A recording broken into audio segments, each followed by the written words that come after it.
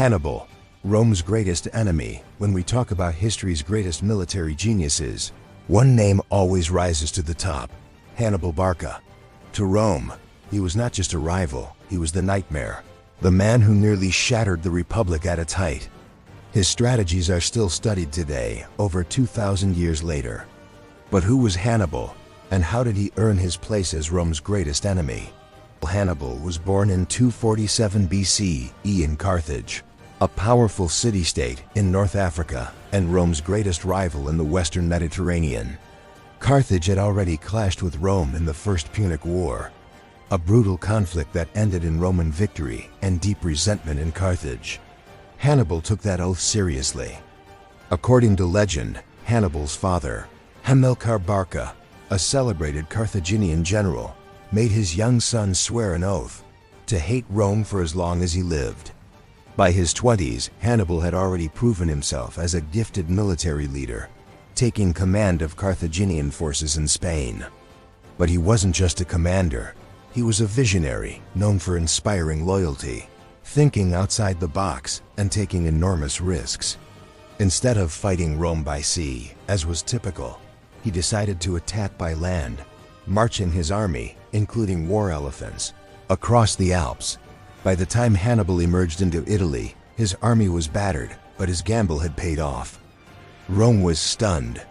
No one had expected an invasion from the north. Facing a massive Roman army, Hannibal used a double envelopment maneuver, allowing the Roman center to push forward while his cavalry and infantry closed in from the sides. The Republic's very survival hung by a thread. The result? One of the greatest tactical victories in military history. Why? An estimated 50,000 to 70,000 Romans were killed in a single day.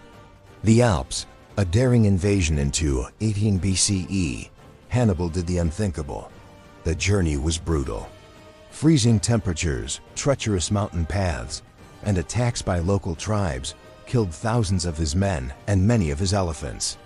It was the beginning of what we now call the Second Punic War, and Hannibal wasn't done shocking the world. Others suggest he wanted to break Rome through alliances and psychological warfare, not direct assault. He went into exile, serving as a military advisor to other enemies of Rome across the Mediterranean. But Rome never forgot. Eventually, they pressured his allies to hand him over. To beat him, Rome had to adapt, evolve, and transform, setting the stage for its imperial expansion. In a way, Hannibal helped build the very empire he tried to destroy.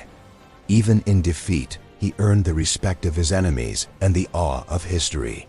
Facing capture, Hannibal took his own life around 183 BCE, reportedly declaring, "Let us relieve the Romans from the fear which has so long disturbed them." Whatever the reason, Rome used this time to recover and launch a counterattack. Slowly but surely, they cut off his supply lines and retook lost cities. Hannibal, recalled to defend Carthage, faced the Roman general Scipio Africanus.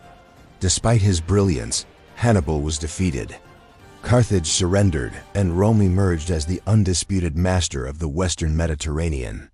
Join us every week as we uncover the incredible characters and moments that changed the world. Meanwhile, Rome sent forces to attack Carthaginian territories in Spain and Africa.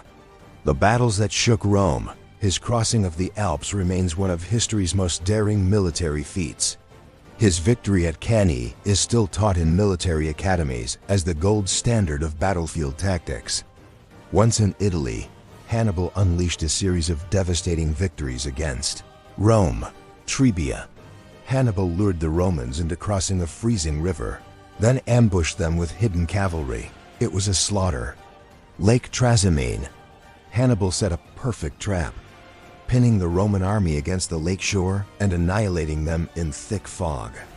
Cannae, his masterpiece. Rome was left reeling. Why didn't Hannibal capture Rome? With Rome weakened, many expected Hannibal to march on the city itself, but he didn't. There's been endless debate among historians. Some argue he lacked siege equipment or enough reinforcements. The Roman comeback Rome refused to surrender. Under generals like Fabius Maximus, They avoided direct battles and wore Hannibal down through attrition. The decisive moment came at the Battle of Zama in 202 BC, Hannibal's final years. Even after defeat, Hannibal remained a legend and a threat. The legacy of Hannibal's legacy is enormous. Military leaders from Napoleon to Eisenhower to modern generals have studied his tactics. But perhaps most impressive was the way Hannibal shaped Rome itself. Hannibal Barca wasn't just Carthage's greatest general. He was Rome's greatest enemy, a man whose brilliance nearly toppled the Republic. His story is one of genius, audacity, and relentless ambition, and it reminds us that sometimes it's your greatest rivals who push you to become great yourself. If you love epic stories from history, daring generals, and the battles that shaped civilizations, hit subscribe.